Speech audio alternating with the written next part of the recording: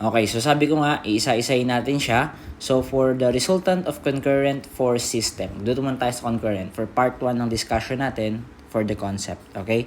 Concept muna tayo ng concurrent force system. Now, for concurrent force system, the forces whose line of action passes through a common point. O ito, ulitin lang natin. For example, this is, yun nga, pinakita natin kanina that this is, ayun na naman yung ano ko. Okay, makikita nyo talaga yon kasi may ads. Ayan yung mag-a-avail na ako ng ano. Okay, so this is force 1. Wait lang. This is force 1. This is force 3. And this is force 2. Ang common nila, nag-intersect sila at this common endpoint. Meaning, yung forces natin ay concurrent in nature. Okay? Yun yung tatandaan nyo. Concurrent in nature. And please guys, please take note of the concept kasi nga, minsan lumalabas siya sa quiz. O to, for example, pagpalagay natin that this is the force 1, di ba sabi ko sa inyo kapon, pag pinutol yan, sisingaw yung mga tension yan. So, ibig sabihin, tension dito, may T1 tayo dyan. In this case naman, meron tayong T2. Okay?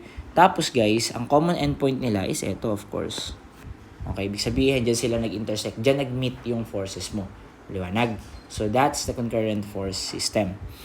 Okay? Axioms of mechanics, the determination of the resultant of two forces has been mentioned, citing two solutions by parallelogram and triangle law. Yun yung in-identify natin kahapon.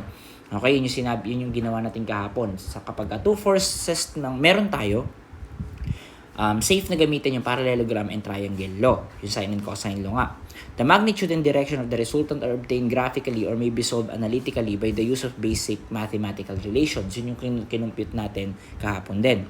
In related manner, the resultant of three or more forces may be obtained by the use of graphical method or the parallelogram law or the head-to-tail connection method, the triangle law, or through analytical solution. Okay? For our analytical solution, guys, yun yung vector addition. Okay? Yun yung alternate solution na diniscuss ko sa inyo kahapon. Nasabi ko sa inyo, pwedeng hindi kayo gumamit na to ng triangle or parallelogram law kung kumukuha kayo ng resultant at pwede nyo gamitin is a sum of the vectors. I hope na alala pa yon. So, in this case, guys, applicable kasi yon in most cases. Okay? Especially sa resultant, sa pagkuha ng resultant. Bakit? Paano? Lalo na dito sa ating 3 or more forces acting on the system. For example, we have force 1, we have force 2, we have force 3.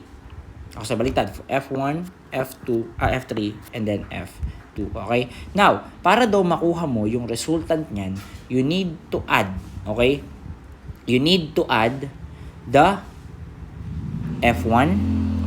In order for you to get the resultant R, itong R na to, para makuha mo yan, kailangan mo pag-plus-plusin yung F1, F2, F3. Okay? And then makukuha mo ngayon yung summation ng forces. By the way, this is the summation of forces. Okay? Yan yung summation ng forces natin. Ngayon guys, makinig. Hindi mo pwedeng pagsamahin, okay? Hindi mo pwedeng pagsama-samahin agad yan. Bakit?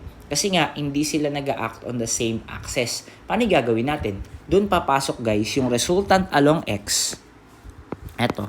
At saka resultant along Y. Meaning, yung tulad ng ginawa natin kahapon, kukunin mo muna yung tigi-tigisang component nito. Okay? So, for example, this is, ayan, ganyan. Kukunin mo muna. So, mangyayari, this is F1X, this is F2X, this is F1Y pala, sorry. This is F1Y, this is F2X, this is F2Y. And then this is F3Y, and this is F3X.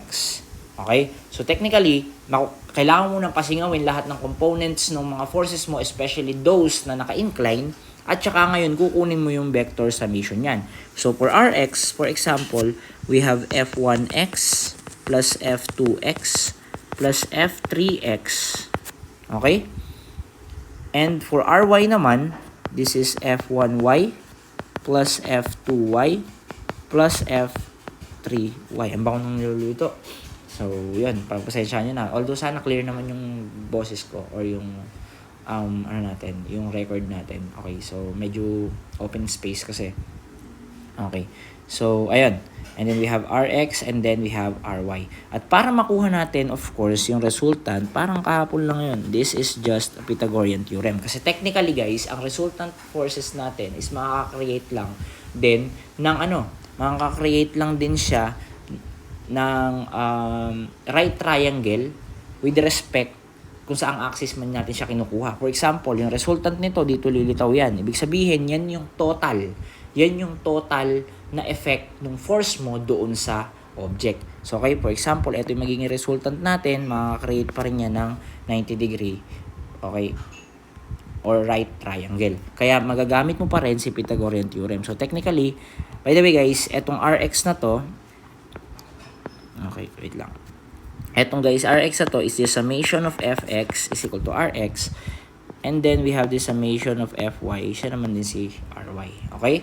And then, for Rc, it is just the summation of forces along the x square plus summation of forces along the y square. So, technically, ayan lang naman yung working formula natin. Okay? And then, for the angle, same lang din yon.